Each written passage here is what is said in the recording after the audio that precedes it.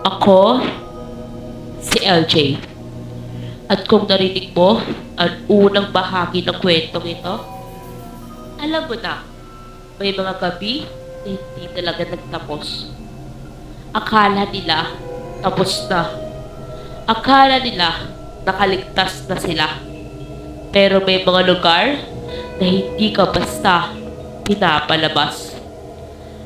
At may mga taong hindi mapayag na maiwan mag-isa. Ito ang sumunod na nangyari matapos ang huling tawag sa room 304.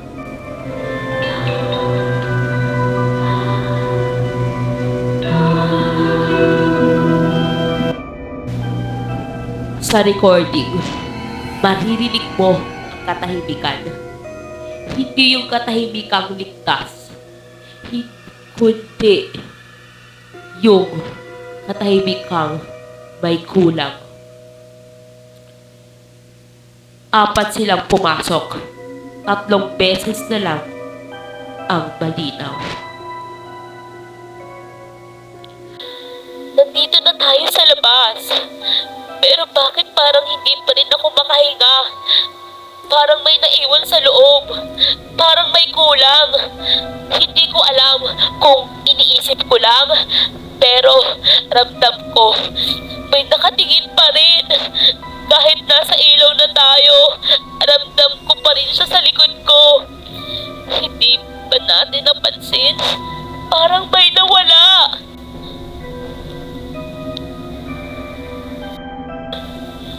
Huwag na natin balikan yun. Ayoko na. Ayokong malaman kung may naiwan man. Basta nakaalis na tayo. Kung babalik tayo, baka hindi na talaga tayo makalabas. Nararamdaman ko pa rin yung tunog ng metal. Parang nasa tenga ko pa rin. Ayoko na. Please.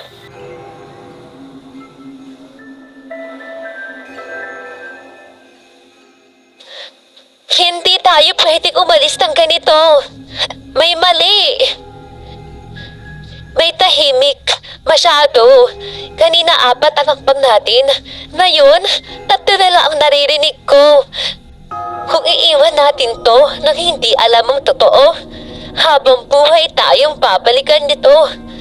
At pakiramdam ko, kahit umalis tayo, susunod pa rin siya.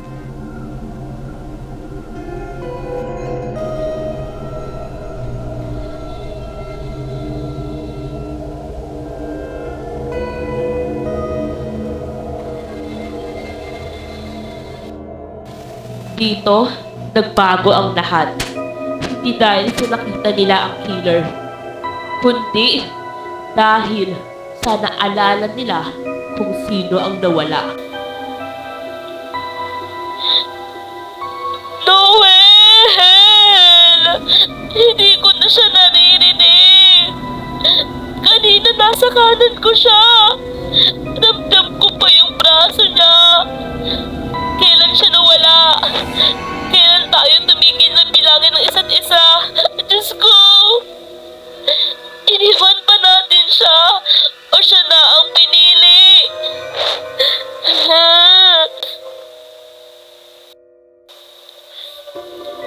Hindi ko kasalanan to.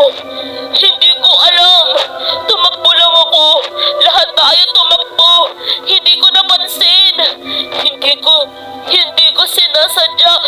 Pero bakit parang may naririnig pa rin akong naglalakad sa likod natin? Parang hindi 4, hindi rin 3. Parang may iba ba?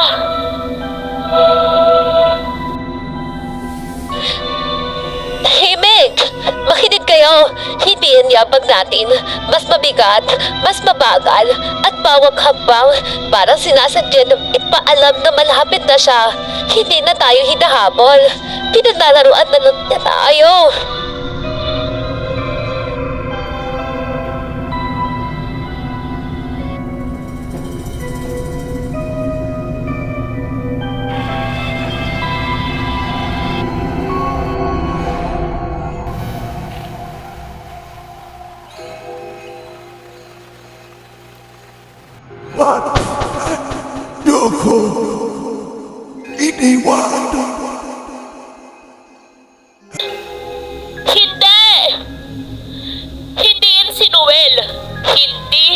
siya yan.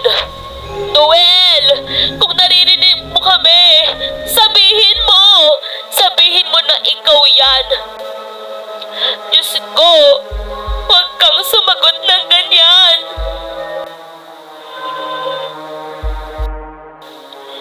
Sabi ko na, hindi tayo dapat bumalik sa lugar na yun. Hindi siya basta pumatay. Kinuha niya ang boses. Kinuha niya ang alaala. At ngayon, ginagamit niya laban sa atin. Hindi tayo tatakbo. Kung tatakbo tayo, isa pang mawawala. Kung may lalaban man, dito na. Kahit hindi natin siya makita, kahit anino lang siya, kailangan natin tapusin ito ngayon. Tapos na ang kwento, pero hindi ang tahimik. May mga lugar na hindi sumisigaw, hindi rin humahabol. Naghihintay lang sila kung sino ang nakikinig.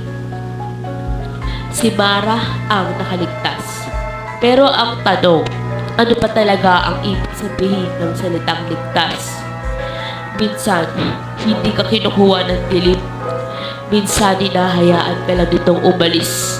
Bitbit ang mga boses na hindi natatahimik. Kung may lugar sa buhay mo na ayaw mong balikan, pakinggan mo yun. Di lahat ng alaala dapat pinupuksan. Ako, si LJ. At kung may narinig kang tawag, gabi-gabi, siguraduhin mong alam mo kung sino ang sasagot.